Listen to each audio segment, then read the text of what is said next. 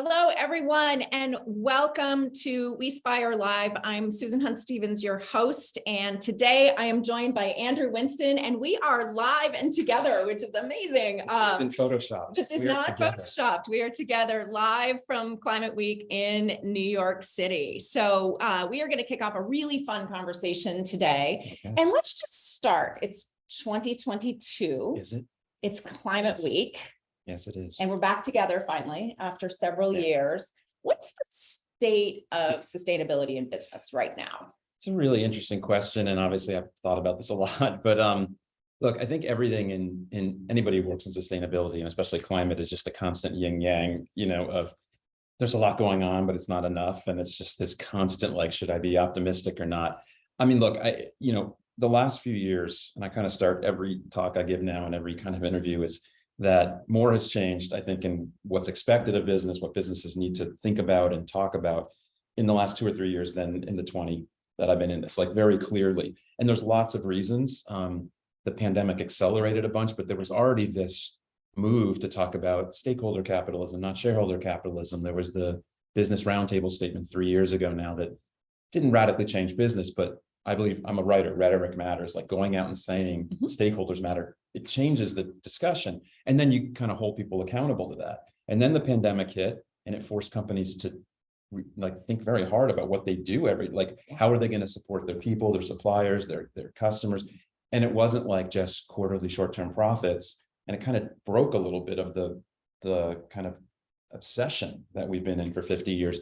And then the murder of George Floyd, right in the early part of the pandemic, caused this racial awakening. So the state of business is that you now have to have, as especially multinationals, like a position, like even public position on so many issues: climate and inequality, LGBTQ plus rights, race, now women's rights since the Dobbs decision, and Russia, should we operate in Russia? Like all these issues, and they're really hard.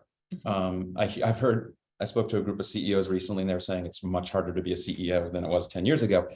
I can't say I'm weeping for them. They do very well, but it is challenging. So I think we're doing more than ever, right? I mean, clearly we're moving to zero carbon, and the number of companies that have commitments now, and with science as the base, is growing. Yeah, but still, it used to just be 15%. And right. What are we at now? Maybe 25 or 30. I think of the biggest companies.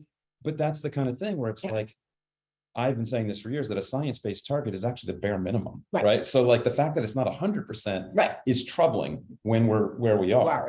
And we have 7 years. 7 years. And I got a little trouble yesterday tweeting about that. You get in trouble tweeting? I don't know. I just kind of said there was something about we got 7 years, and I was just saying, and I wasn't doing the predatory delay. I was just saying we're almost hitting the mathematically impossible point. We're going to have to start talking about that. Which is, I'm not saying adaptation over mitigation, but I don't think we're very far from there being kind of an admission that 1.5 is it's physically impossible unless you're talking about a kind of radical shift that it can't happen with.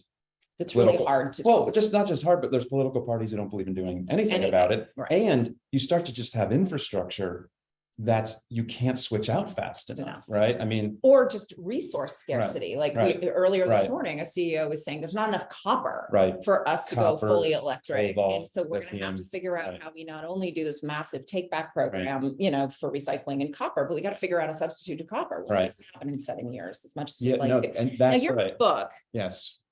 When I first read Net Positive in the title, I was thinking it's really on, like your other books, sort of more hardcore environmental sustainability. And I was absolutely delighted to see that's in fact not what it is. And like always, you're out on sort of this bleeding edge to pull companies in a more integrated way forward. And so what's the reaction? I mean, Net Positive is addressing everything from, inclusivity and sustainability and gender equity and all the things that means, but also to things like companies should pay taxes and companies should fight corruption more than we do, and start calling out even legal forms of corruption, like maybe campaign donation.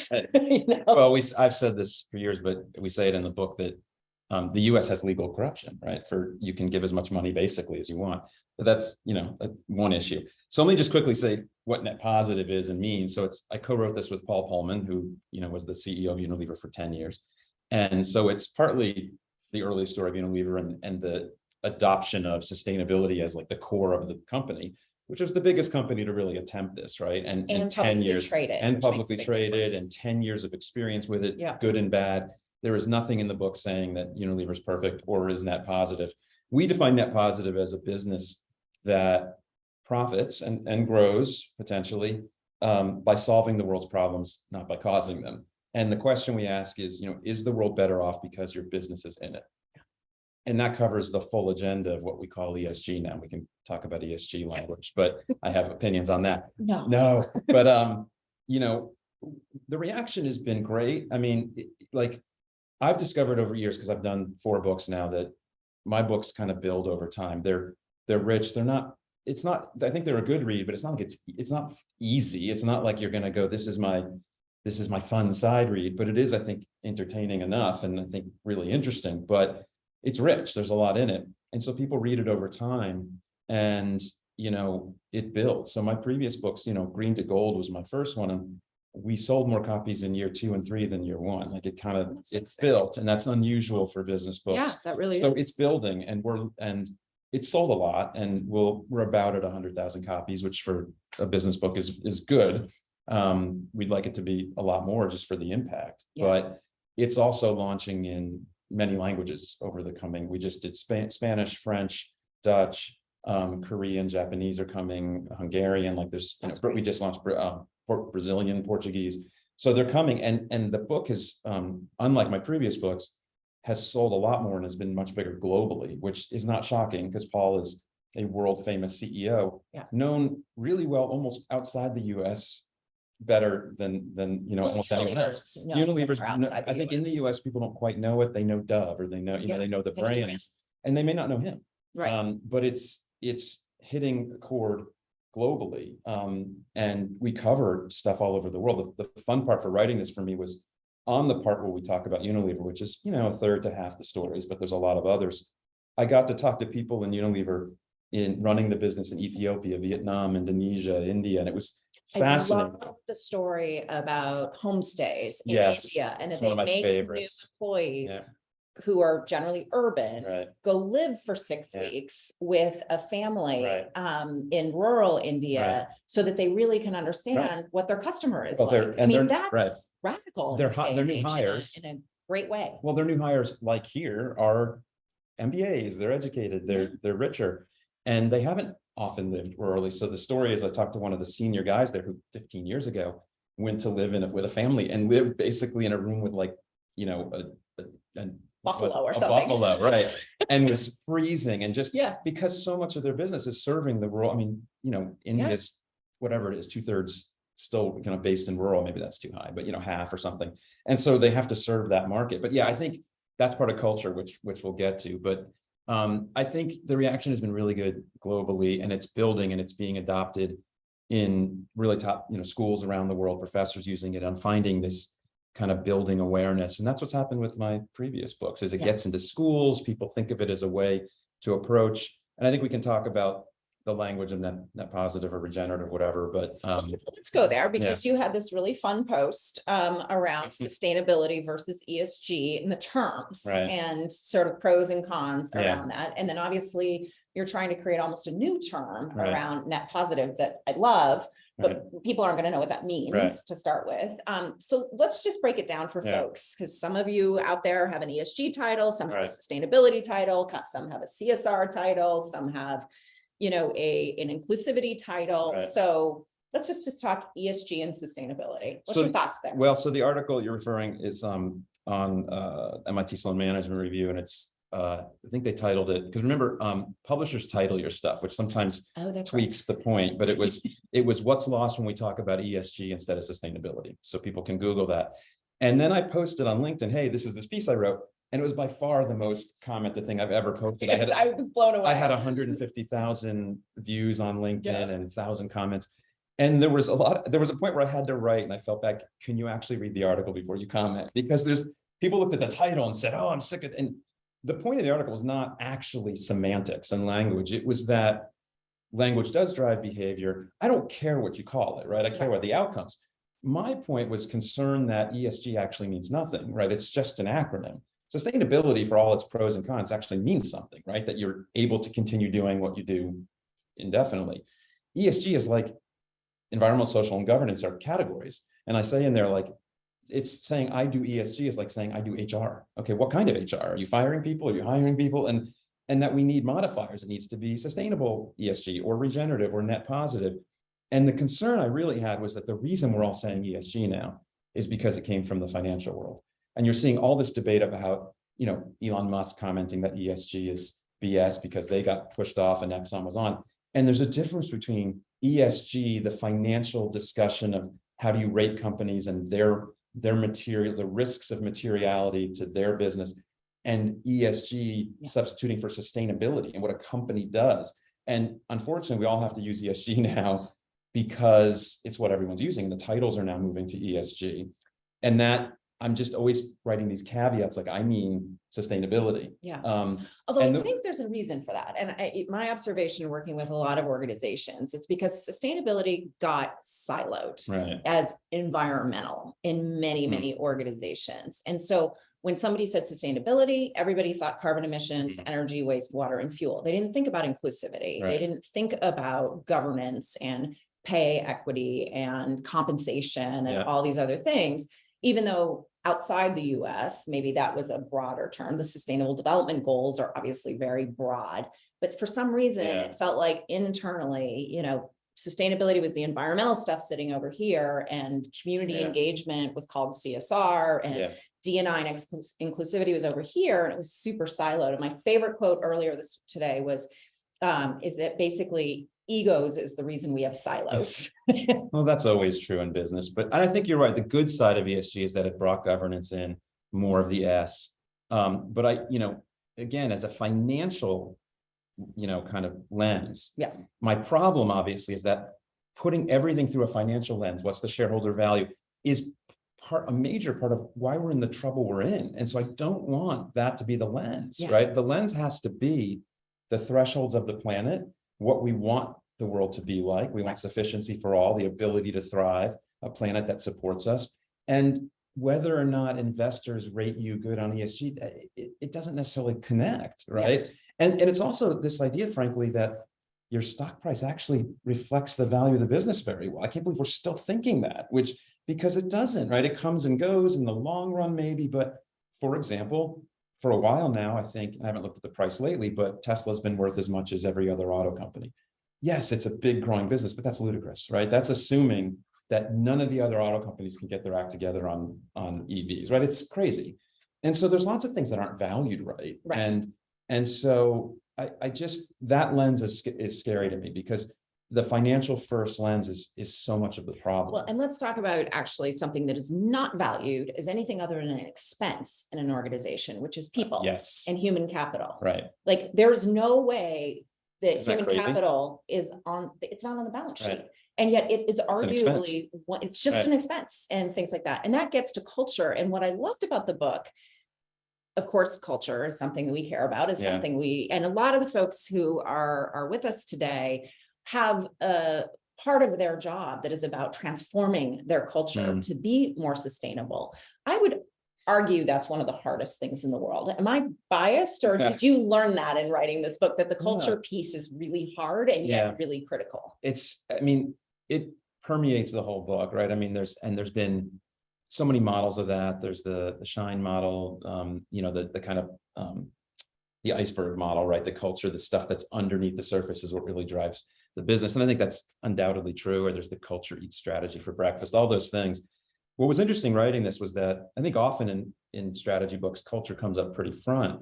And it's in the later part of the book. It's kind of the last substantive chapter before the closing and really thinking big. And it's partly because the way Paul thinks about it, and we work together to think about this, was that culture almost is the result of consistent, he talks about it as values in action, values in motion. So you can't just decide to change the culture, right? You have to set your values, but then act like it and do it consistently across the business in everything you do. And that starts to build the culture. But culture is incredibly complicated, right? It also needs to change in part based on the country you're in or the sector you're in. So it isn't necessarily the same as that kind of good to great unchanging core, which is really your purpose or your values. Culture can shift, and culture changes and yet with people norms. adding culture. Right. And I would argue that it is very hard to build a culture if you don't have a clear sense of purpose and values. Right.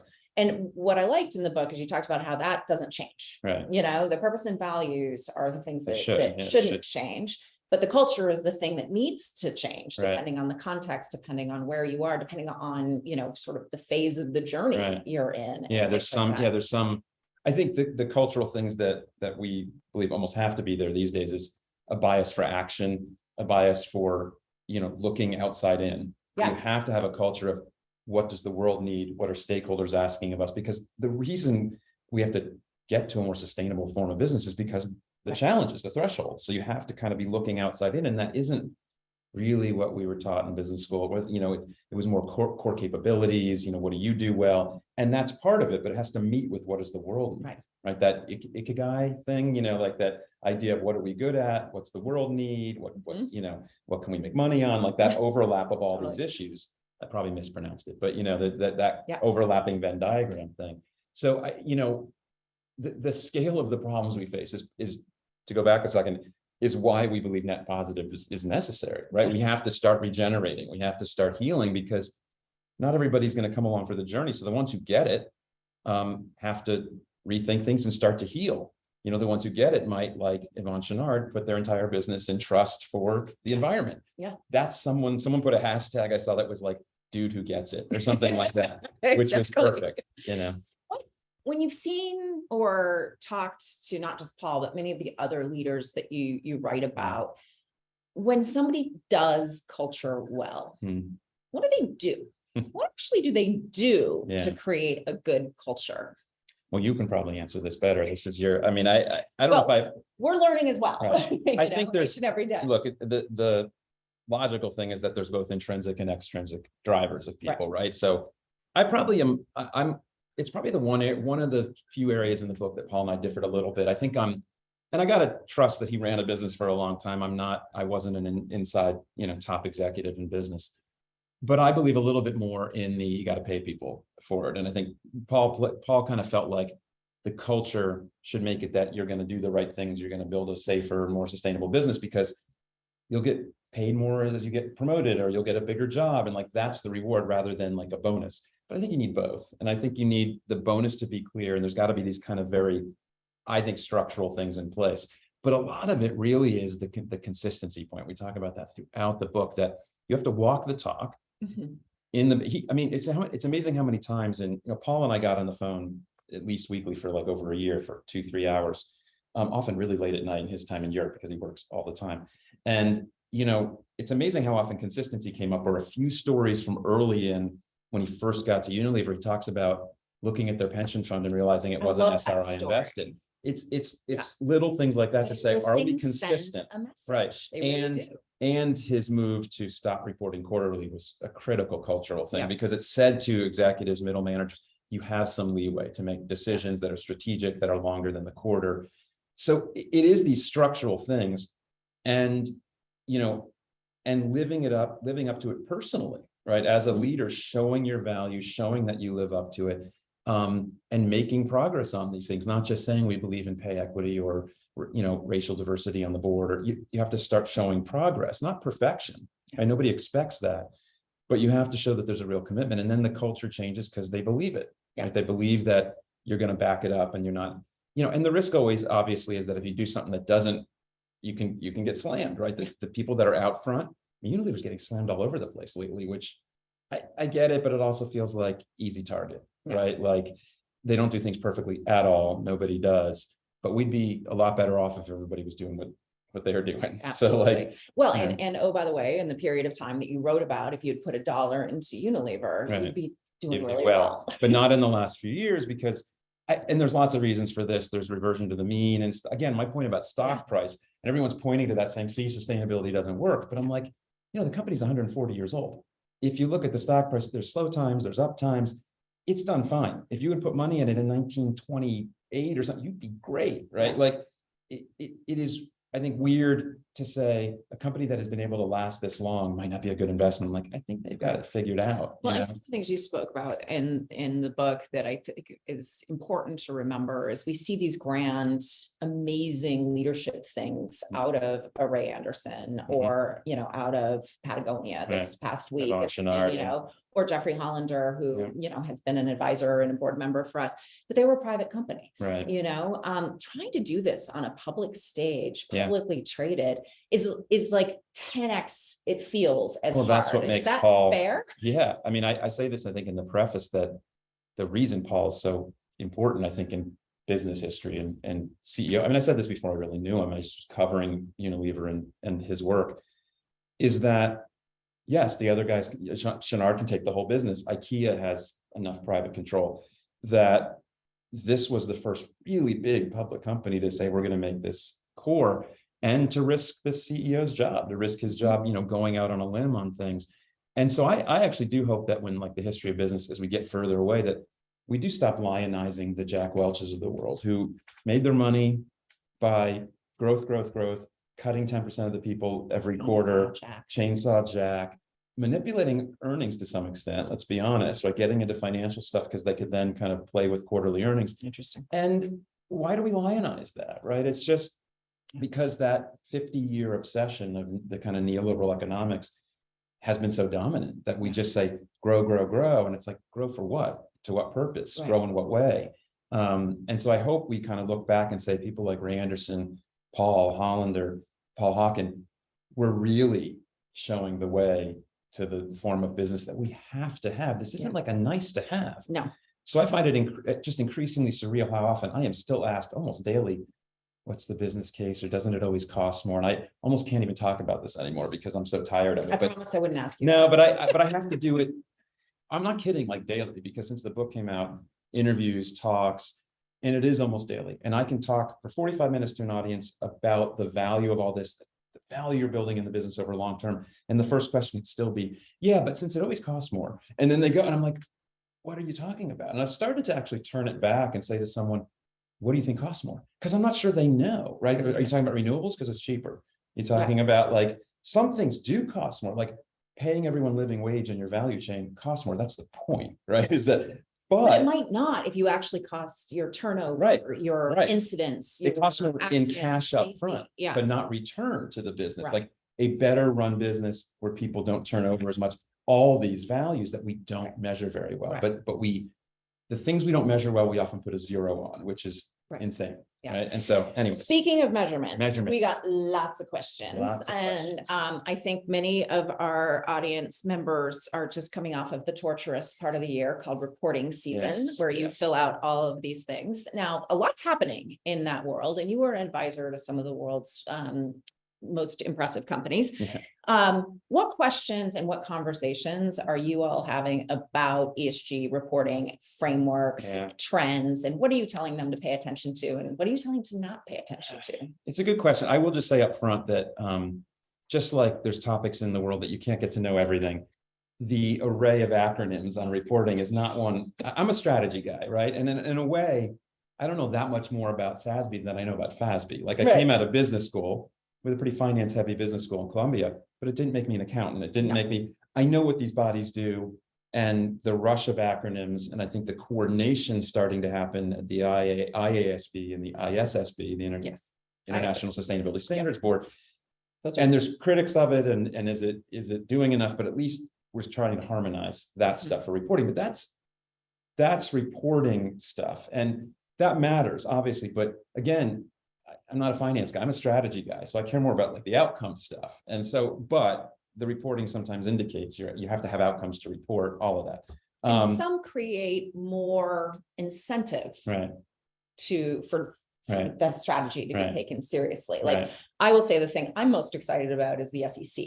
Oh, it's potentially huge. weighing in on this. And especially given what we do, scope 3 emissions Right. actually getting talked about as something being Right. measured and required, because Right. it's always been voluntary. Right. One of our customers said it's the tsunami that Oh, no yeah. company is prepared They're for. not And so prepared. we're like, all right, there's a piece of this is employee related. We have Yeah. to be prepared to help our customers do this. That's right. But you think about supply chain, Right. and you think about No, this is huge. I use it in most of my talks. I talk about that SEC ruling, this little announcement. Oh, we're going to require public companies to measure and report scope 1 and 2. And by the way, scope 3 is coming, is like watershed stuff, because it's wonky, but this is how you build it in, right? So yeah, the reporting requirements are just coming. What was the question? It was about so what do you hear? So so the head of sustainability for a really large company came to me a few years back and said, it was Climate Week actually, and said, getting all these ESG questions from investors, and the questions are often stupid. And basically it was a really big company, and they were getting a question like, do you use a lot of energy? And it's like, well, yeah, we're this big, but it just wasn't very nuanced. And I'm sure it's getting better, but it comes back to my point earlier about ESG. Leading from finance doesn't mean the questions are very educated necessarily. I think it's changing, right? As a generation of MBA students who took a lot of electives on sustainability and social entrepreneurship are going into banks, it's changing as millennials and Gen Z and the have more knowledge expectations of those employees are here. And they expect companies to be much more nuanced about this, but we're in anarchy mode on ESG metric questions, right? And I just remind people that you heard it first here. We're in anarchy mode. Of course, right? I mean, we're talking about measuring things that are new, hard to measure. Totally. But I remind people that the 3 financial sheets that are, like Moses brought them down, like from God, took hundreds of years to develop, right? I mean, and took a long time for companies to get, formatted. And by the way, public companies use them all differently. Different sectors focus on different parts. Some report free cash flow, some EBITDA. So even the stuff that's supposedly directly measurable gets defined differently. And frankly, you can play around with what cash means in a business. So even the financial accounting metrics are kind of fuzzy at times. So something like, how resilient are we? How much are we supporting a thriving world? Hard to measure, right? Now, there's really smart people and organizations working more and more on how do we develop metrics. I'm doing a little work with Capgemini right now, and they're trying to develop metrics around how do you know you're net positive, which is something we talk about in the book. Yeah. And it's something I kind of believe really often in directionally correct, meaning you can measure something like how many people in our value chain or what percentage have a living wage. Do we know what the living wage is? You can measure that. Yep.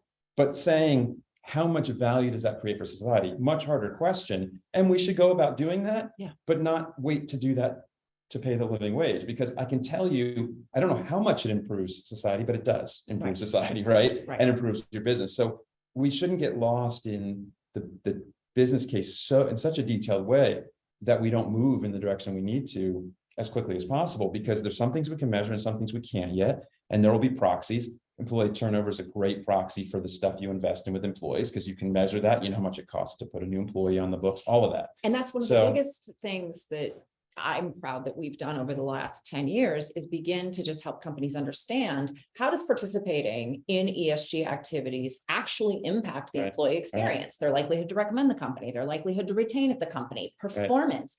And you and I share a dear friend, Gwen Magida, who's actually brought it all the way over to how does this stuff affect customer loyalty and affect revenue? And it does. We just had never measured it before. Yeah, that's partly the work of 𝙒𝙚𝙦𝙦 𝙦𝙦, if you know. Bee's amazing. Great. So if you don't know, she's been on a WeSpire webinar. And she's done great work for Caesars, where Gwen used to work on. So all this work they do on getting their employees engaged, how has it affected customers? And you can measure it. It has. And that's true. A business where people are happier and like that they're engaged, and that engagement stuff, Gallup's been doing this for years. You can measure that. And again, you can measure the reduction in turnover. A bunch of companies did that over the years, SAP, Unilever, PwC, and put a number on it, right? The people engaged with their sustainability stuff, or even just CSR, volunteering, their turnover rate was lower, and that's worth X, right? Well, and one of the things that's really interesting that knit together two of my different worlds.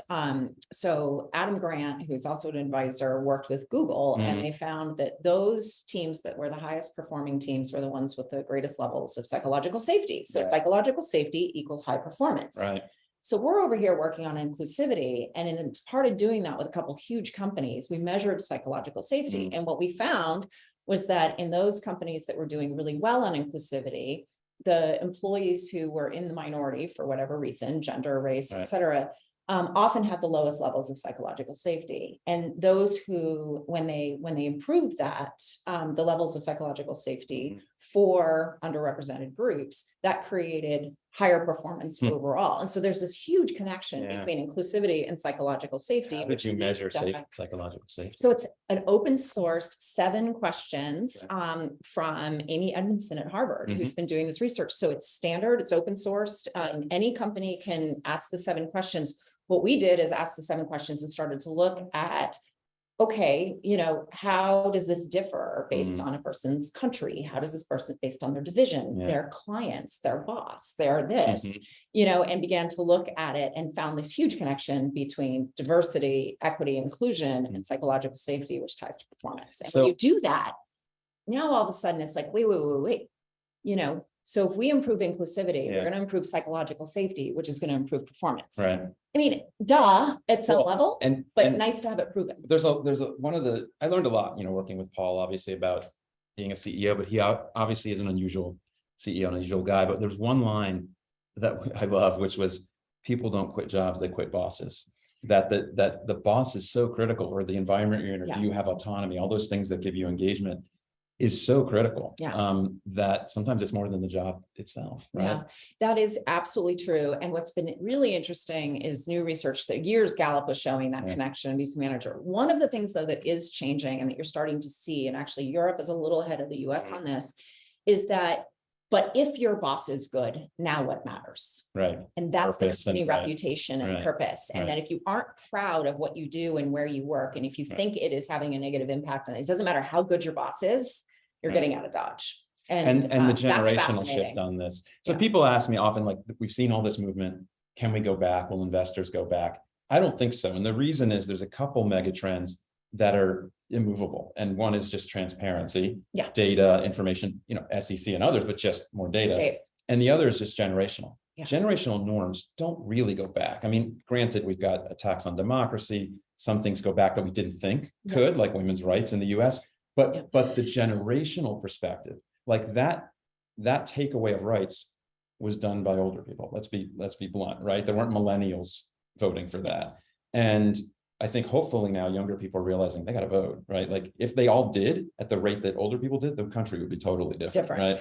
So that gets to elephants. Yes, elephants in the room. A whole chapter around elephants. It's my favorite. It's actually my favorite. People have told me it's their favorite. It is my favorite too. I in part because I think it's what differentiates net positive from, regenerative or carbon positive or things like that. It's like, it's these things that really, really matter. So one of them you speak about is executive compensation, which we just talked on.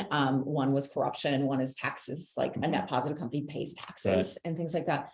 But what's the elephant we're not talking about enough? And what's the elephant that sort of keeps you up at night right now? So I think we have 9. And so just to say to people, like, again, I ask people to read it, look at the book, but if they're deeply knowledgeable, a lot of the early stuff they know, or it adds some nuance, but they know a lot of it. It is those back few chapters where we push the agenda much further. We get to this deep partnership thing in the middle of the book, and that's starting in the world at Unusual. And then we talk about, and in addition to these deep partnerships on the sector carbon footprint or on a policy, you need to look at these issues that you cannot call yourself a positive influence on the world if you don't pay taxes, if you accept corruption in your organization, if you don't have true inclusivity.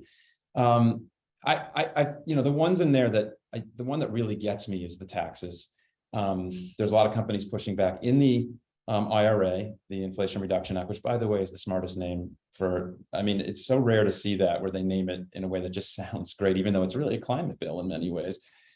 The thing in there where they just stuck in a 15% minimum tax and businesses are going up in arms. Anybody who's upset about that, I find ridiculous. Like 15% is lower than anybody pays individually. If you can't pay that, then why are you in our society, right?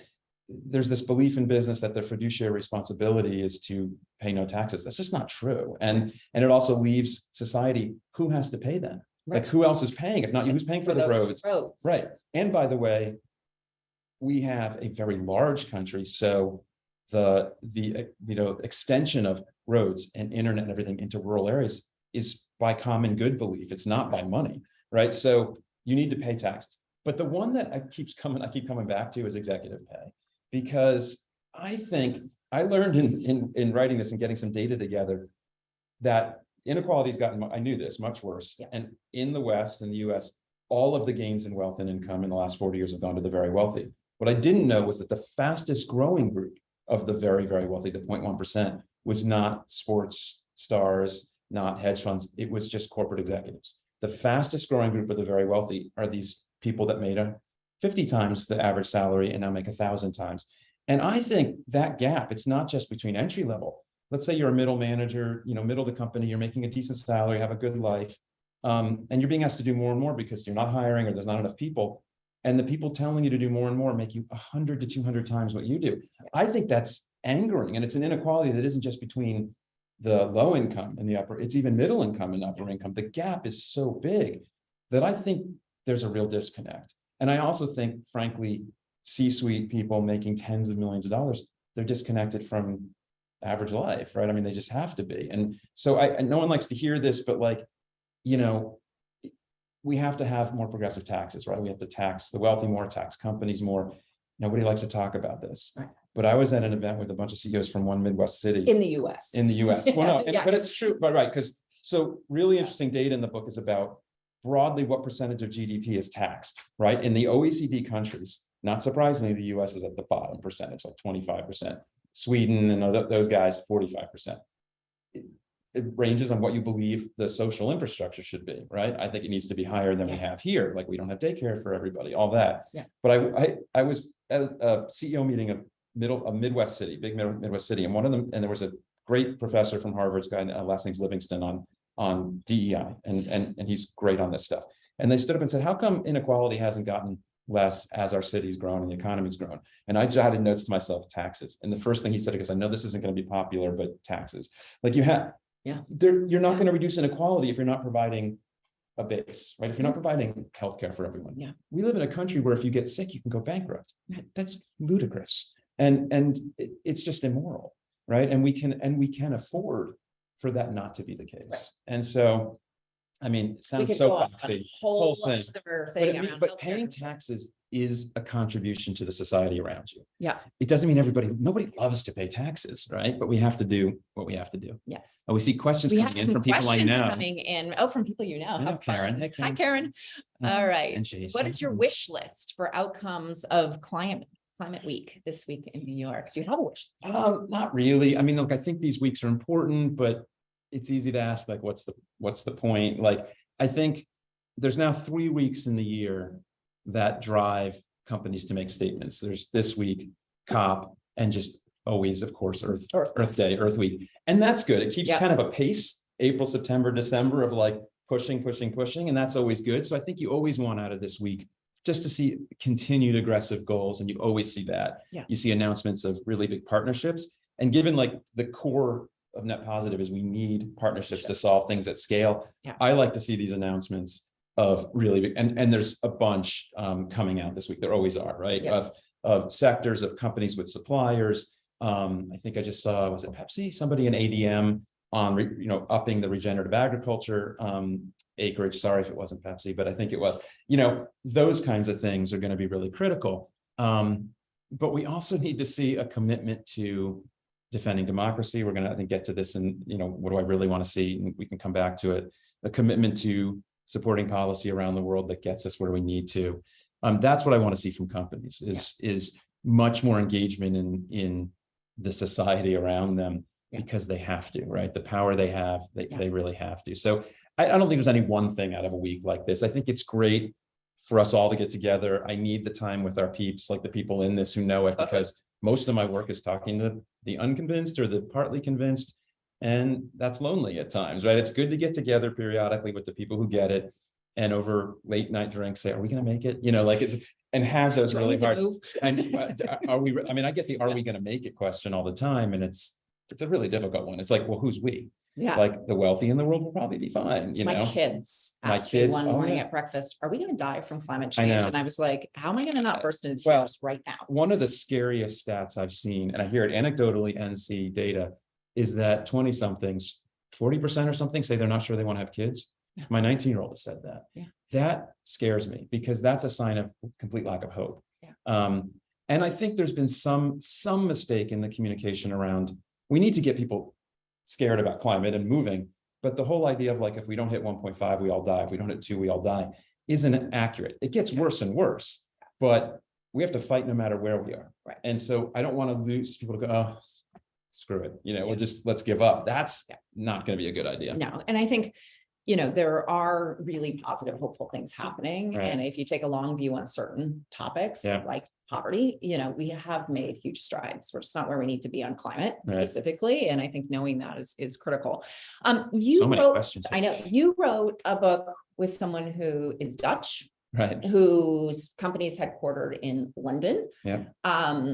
Europe's different than the US. So what did you learn about, what do you look at Europe and say, we should be doing more here? And what do you look at and say, oh, I'm glad we're not European? Well, you're going to get me into trouble with that. Let me just say first that, like a lot of CEOs, Paul is a global citizen. He's actually married to an American, which people don't know, and his kids are half American and lived a lot and went to school here.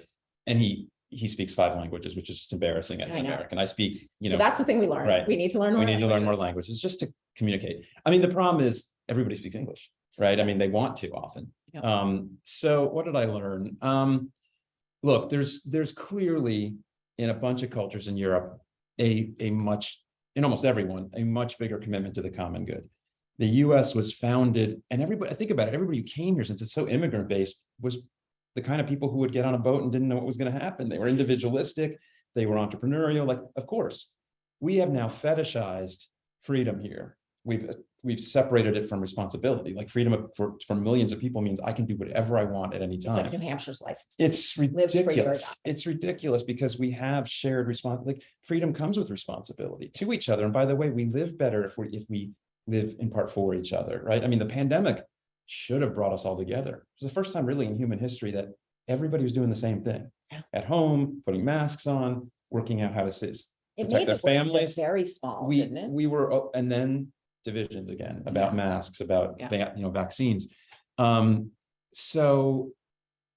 was the question? I kind of get lost now. It was just Europe versus right. US. Oh, right. I'm sorry. What's the best of Europe that we should This is now that I turned 50. Wish we could export. I turned 50 during the pandemic, so there's moments where I'm like, what am I talking about? I think there's clearly a commitment, and you see it really interestingly. And we talked about this in Green to Gold 16 years ago. The companies that are based in like northern Midwest that were founded by Scandinavians and Dutch have more common good. I was talking to Paul about Midwestern cities. He said Minneapolis gets it. Like, it's true, right? 3M, like these companies, there's a culture of common good. Target, right? There's a culture of common good. That's different. There's also obviously a greater commitment from the regulating bodies, right? The EU, they're doing it. The kind of SEC thing is probably lagging what happens in Europe. But what's interesting is I talk to European companies, and when I'm speaking at a European company event, they often will just say flat out, well, of course we do more than American companies. And it's not quite true, because what's happened over all these years, as this has become more and more important in businesses, yes, there's more structure to it in Europe, but that has meant that the companies here that have adopted it, Walmart 15 years ago, Patagonia, whatever, in a way have had to come up with their own logic and business case, and have had to do kind of the harder work of no one's going to really tell us. So I think there's been almost more innovation, right? And that's true. That's very American. And that's very American. There's more innovation here than in other places. So there's more structure there. Yep. And we need both, right? You need to incentivize innovation, but you need, and the way we talk about it here is obviously policies don't pick winners, which is a facile statement, but is probably right. Just say, the cars have to have 50 miles per gallon and then we'll innovate around it. And I think the US has been better at that. Yeah. And it drives change in a different way. The problem is, because we don't have that steady pressure from above, like depending on who's in power, it can mean that the companies kind of ebb and flow a little bit. You and I have been doing this long enough to see that. Well, was amazing.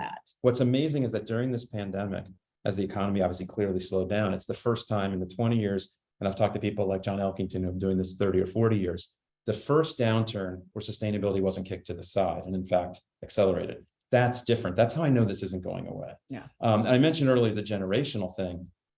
Part of the reason the banks are finally on the table is the generational thing, not just younger workers, but the younger wealth holders. Mhm. Private wealth, I've heard this from banks, private wealth, which is a huge chunk of a bank's business, are asking about impact. The reason they're launching ESG Right. funds is, so in essence, what's The next happening. generation Right. of the big family Right. businesses. No, in essence, Those what's kids happening are- is there's 20 something saying, hey, grandma and grandpa, I know we have $100 million, but what's the point? What are we doing with it? And they're increasingly the ones directing where it goes. And I've talked to family businesses like this. I've seen this. And so that's why it's not going back. Yeah. Right. So yes, Europe has more structure to it. We are more innovative about it. What's interesting to me is I'm going to Seoul in a couple of months, and I've talked to Korean businesses there. A lot of cultures, they feel like this ESG thing is being imposed on them from Europe and the US. And like, does that fit the way they do it? And I'm trying to learn more about how they approach it in Japan and Korea and other places. That's a really good point. Because they're really big businesses, and they Right. also have to get here in a way. And they have generally a culture that is not comfortable with the huge goals if they don't know how to get there. I've heard this repeatedly from Japanese companies, and I get that. Right. But we have to set goals based on outside in. Doesn't matter if you know how to get there. Right. And so there's cultural. And we pressures. see that in companies. Yeah. There's some that, it's like, okay, we're going to set this audacious goal. We have no idea how to get there, but our team and our people will figure out. And others who are like, we are not going to say anything until we know exactly how we're going to do it. Right. But in this world, we can't know exactly what we're doing. There's a really good question around that Net Positive seems to have been written largely for executives. And what can non-executive employees do to contribute to Net Positive as a company that's not fully bought in? What do you do? No, it's co-authored with a CEO. So if anything, I was constantly kind of trying to make it written for a broader audience, because if we wrote only to CEOs, we'd have 1,000 readers of the Fortune 1000, right? Yeah. But we say repeatedly, and I believe this, that there's leadership of all kinds, right? From middle, from lower down. Many people in a company have employees, have some area they're in charge of. And even the people kind of the entry level have this power, as we talked about earlier, to push their companies, to ask questions. So, what do they do at different levels? It depends. And actually, Paul and I are writing, we're almost done with this long piece that's about middle up leadership, because we get this question a lot, and is about and middle can mean a factory head, can mean pretty senior or a little lower, and how it's not just the CSO, but these other roles that care about this, that may be passionate, that have targets on it.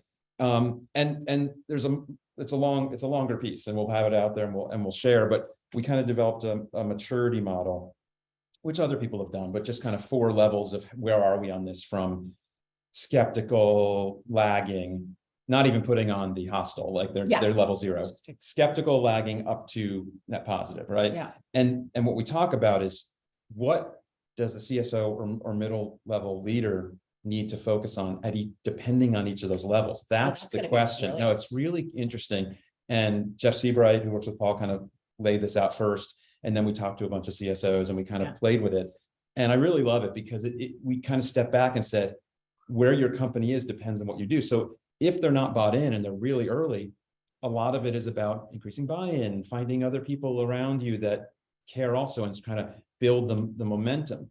If they're further along, it's starting to look to outside partners. And one of the things we do is track like the same kinds of tasks along this maturity. So like benchmarking goes from like just your direct competitor at the very beginning to supply chain to any leader, right? That's an example of what do you do? And from the middle, a lot of it's about having your voice, speaking your voice, right? And I have seen very little else that moves senior people than their employees kind of talking about this and caring. And I think you can foment for, innovation jams, the kinds of things that bring people together. And I think you can go find the sustainability folks and say like, okay, what do you need support on from where I am in the business? I mean, this is not an easy question. Any question that's like, what do we do, is like, well, I've written entire books, because it's really hard to say quickly, but I think it depends on where you are. And you have to assess kind of where is the organization. And the organizations are all along a spectrum. One brand might be out here, but in general, the C-suite has kind of a mindset, from bunker mentality, like don't talk to me too much, to transcend, we got to change the world. And there's in-betweens. And Yeah. it's interesting because we did the maturity model just around ESG engagement. Right. And that's like one Yep. factor inside your And it's similar. broader move. It's But very similar. you know, there's people who it's really grassroots, it's not institutionalized, there's no goals, there's no measurement, it's just doing stuff. Right. You know, all the way to, we have harnessed our entire value chain and we are innovating together and pulling people in and transforming our entire industry, you know, through engagement and, you know, everything in between. Right. But if you can't go in and kind of help somebody understand where they are, it's very hard to figure out how to get to that next step. And so I think that work is really important. So one of the questions is, how should companies and employees be thinking about the IRA? You mentioned the Inflation Reduction. It is exciting and all of that. So what should people be thinking about as it relates to the IRA? Well, first of all, I guess we're not used to like, and it's so easy to say government is ineffective, but let's be honest, there's one philosophy of one party that is, we don't want it to be effective. We think government's ineffective and we don't really want to pass anything. This bill is really good. And I see people who know climate policy even better than I do saying, yeah, it's really good. I think we have to kind of talk it up. Like, this is actually really great. Instead of what we often do, especially kind of in the progressive end or in the purest sustainability, is what it's not. Yes, it's not perfect. There's no enemy of the good. There's no corporate plan or country plan that actually gets us to 1.5 degrees right now. Like, none of them are there, right? But this is significant spending. So, you know, my friend 𝙒𝙚𝙎𝙥𝙚, who many people know, he's directing money from the DOE. I think he had 40 billion portfolio before, which was big. I think there's another couple $100 billion in here, and he knows how to put money out there. Yes, he does. You know, and so there's great stuff. There's infrastructure building. There's trying to bring some of the production into the US, which I think is important for resilience, right? I think that we make some of it here. There's so many good things. And then there's things that didn't get much attention, like they made clear that the Clean Air Act can cover carbon dioxide. It was basically, okay, Supreme Court, did you know this, that they put that in there? And okay, Supreme Court, if you're going to tell us, we're going to legislate it. That was a great little input. And the 15% minimum tax to say we got to pay for some of this, right? And I think it's so great. Just also very rarely, I think, do the Democrats get the naming thing right, where it's just like, it's a great marketing tool, because it's not necessarily an Inflation Reduction Act. It is a long-term health of the economy and long-term health. I think companies should be excited about it, talking it up, supporting it, and seriously supporting all elements of it, going up publicly and saying, yes, we should pay 15% at least minimum tax to fund these things. That would be a net positive company. That would be a net positive company, exactly. Right? For those folks who are on the recording and are WeSpire customers, there's actually a campaign all about the Inflation Reduction Act in our library that you can take to educate and activate employees, managers, and leaders around it, because there is so much around communications.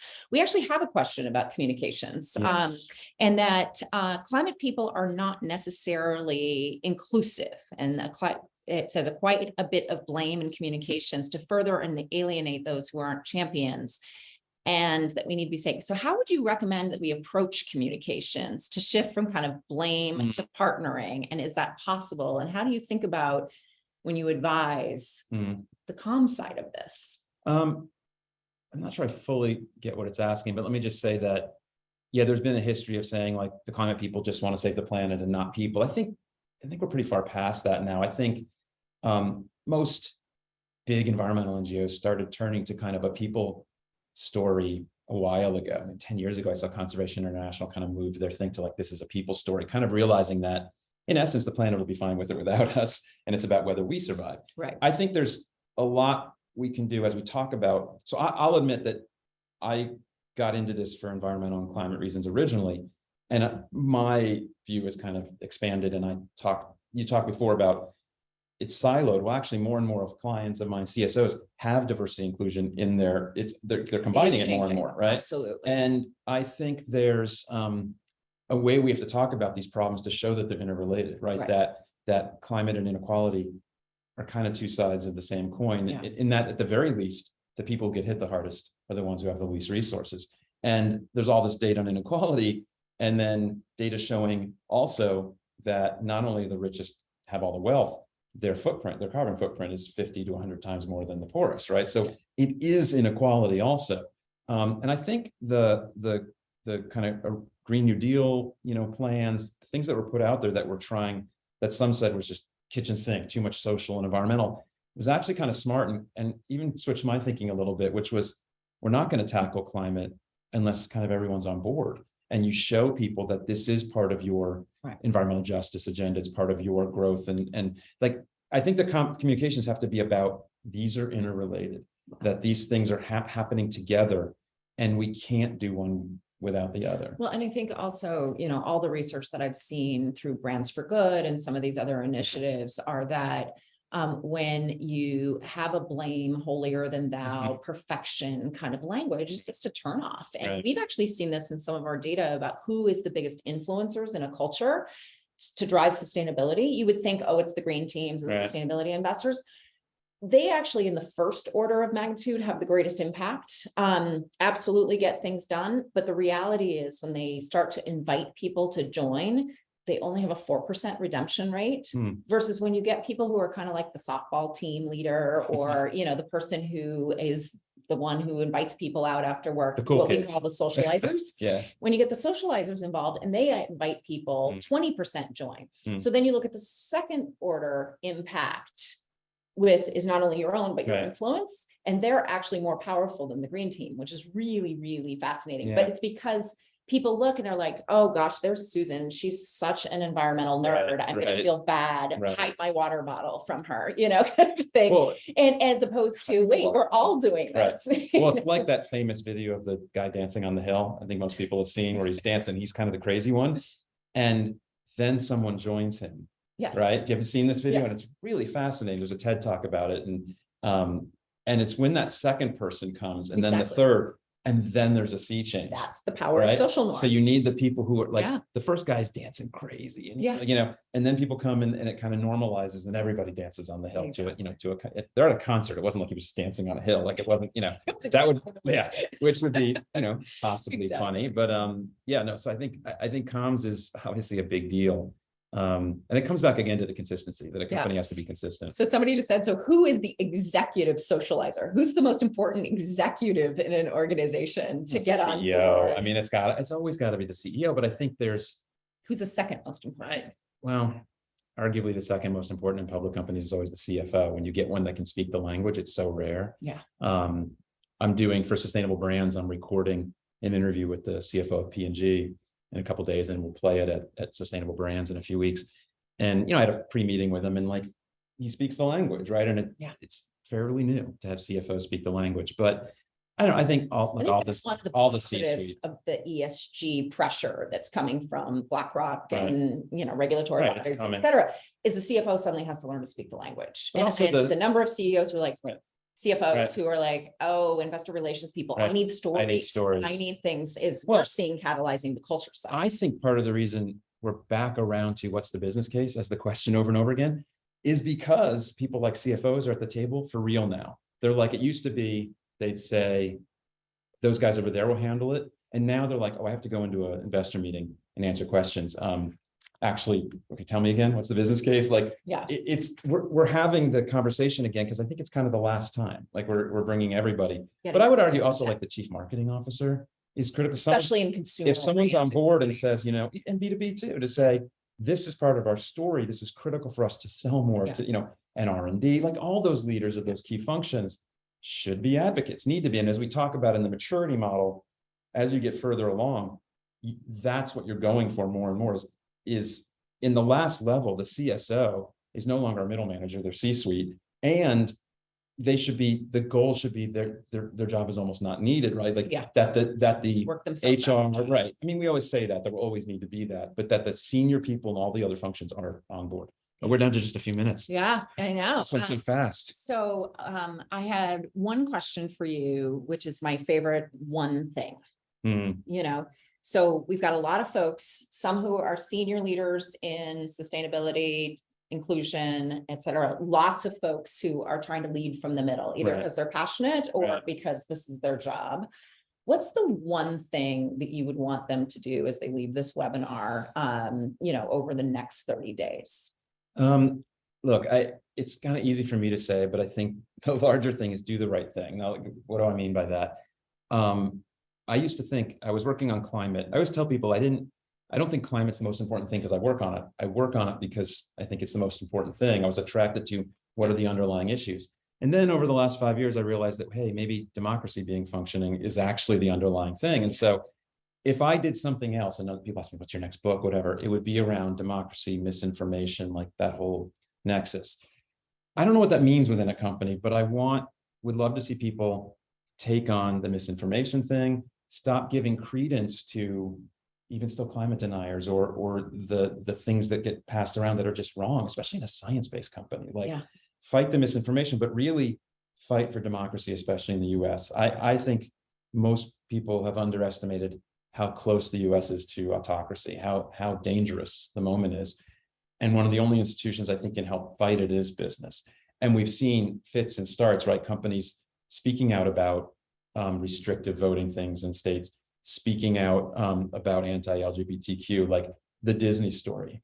A lot of companies, Disney in Florida, CEO realized, okay, the gay community in my company and, coming to my parks and everything, I need to defend their rights, and then got slammed from the governor and, legislature. Some people took away, oh, you got to be quieter. No, I actually think that was their only choice, because if you start to let, government people tell you what you can and can't believe in, whatever, that is fascism. That's fundamentally fascism. And I think companies need to push back very, very hard. Yeah. So I don't know what that means in every given role, but I think it's pushing companies. So many companies I know moving towards or already announced that they will help women go to other states if they need to. I think talking about that internally, being proud of it, sending notes to your leader saying, I'm so glad we did this, being heard, right? Because what happens is often the regressive voices in society, they're not the majority. But they're very loud. They're very loud. And I think, I have this thing that sounds so over easy to say, but I think when you're in a place in business where you're afraid you're going to tick off some group of people no matter what you do, which is what I hear, that in a way it's almost easier, which is, well, then just do the right thing. Because you don't know how many you're going to tick off either way, or you're worried about being upsetting people who want a certain thing. But if you know what the right thing to do is, you're going to upset people if you don't do that. And you don't know how many, right? And we've seen company after company do the right thing. We talk in the book about Dick's Sporting Goods a while ago on guns, piss off a lot of customers, but end up with more business in a different way, right? Yeah. And lose a lot of employees, but end up with ones that are on board. I think we just have to start thinking about what is the right thing. And some of them are complicated, but we know for most things, what is the right thing. Right. So that's that's easy for me to say, but that's my last thought. But I think that is a fabulous way to wrap our conversation live from Climate Week. I know, so fun. Thank you so much, Andrew. Thank you everybody for such great questions. I know we couldn't get to all of them, but we will come back to you with responses where we can.